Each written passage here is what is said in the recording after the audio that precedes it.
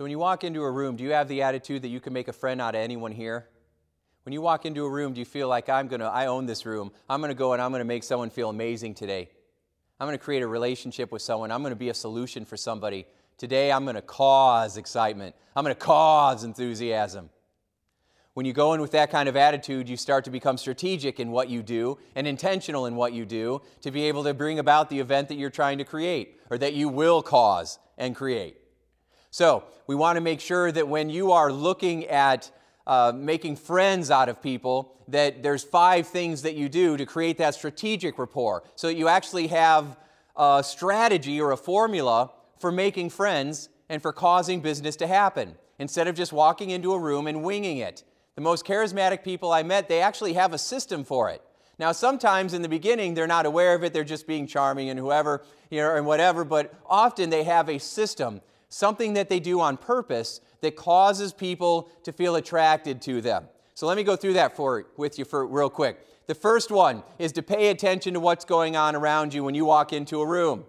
Pay attention to what's going on so that when other people walk into a room, you can greet them or say hi or smile. You don't have to know who they are, but make people feel good. If they're in your circle, if they're in your energy, if they're in your space, make them feel good, ladies and gentlemen.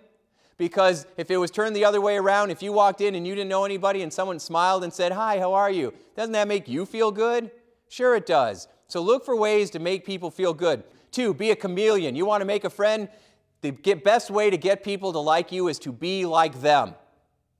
So, if they're relaxed, you be relaxed. If they're prim and proper, you be prim and proper. If they talk slower and more relaxed, then you talk more slow and relaxed. If they talk really quick, you got to jump in there and speed it up, my man. You got to make sure that you are coming across the way that they are. That's why a lot of times New Yorkers and people from the South don't get along, because they have a natural disconnect. New Yorkers are going really quick, and Southerners are going, what's the rush? Take your time. So learning how to connect with them and get on the same page, and we'll go deeper into that in a little bit later, but learning how to do that is very essential.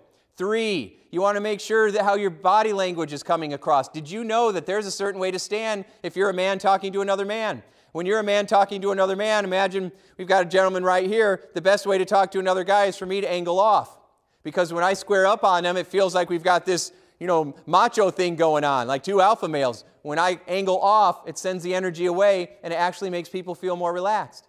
Now, if I'm a man talking to a woman, I do the opposite, shoulder to shoulder, and make sure that she feels like I'm giving her my full attention. Often, if I'm talking to a female and I turn my shoulder, she's like, what, did I say something? Okay? So you turn your back on somebody, that's when you totally lose rapport. Another way to create friends on purpose is to use the same kinds of keywords. So if somebody says, how you doing today? And they say, oh, I'm doing great. How are you? Oh, I'm doing great. How's it going today? Oh, it's going fine. How you doing? Oh, it's going fine. So that you're connecting with them at that level. Most people don't even pay attention to this stuff. I pay attention to it all the time. And that's why I'm able to create friends everywhere I go. Right, friends? And you're going to be able to do the same thing. So we want to make sure that we pay attention to this. I was doing a deal one time with this guy. We were working on a contract together, and he said, you know what? Well, we'll go over this step a little bit later because that's not a big deal. And I said, yeah, that's not that important. And he goes, whoa, wait a second. I didn't say it wasn't important. I said it wasn't that big a deal. And I said, oh, you're right. I'm sorry. I apologize. Everything on here is important, and we'll go ahead and we'll focus on, the bigger deals, and then we'll come back to this one. And he says, okay, that sounds good. And then we went back on it.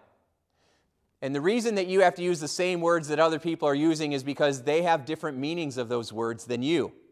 And don't assume that you guys are on the same page unless you have talked about it and you are. Human beings always make that mistake. Do not assume. Remember, it makes an ass out of you and me. Instead, ask, communicate, or just use the same kinds of words that they're using. And then finally, be interested in them. A great way to make a friend is just to be interested in them instead of getting them to be interested in you. So instead of telling them how great you are, find out how great they are. If we go into a room together and by the end of it you're convinced that I was the best person you ever met, that could be cool. But if we leave a room and you go home feeling convinced that you are the best person, the coolest person you ever met, you think you're going to be a fan of mine? You betcha. And so we want to go out there helping people to to feel like they are important and they matter. Validate people, and it will help you to create friends everywhere you go.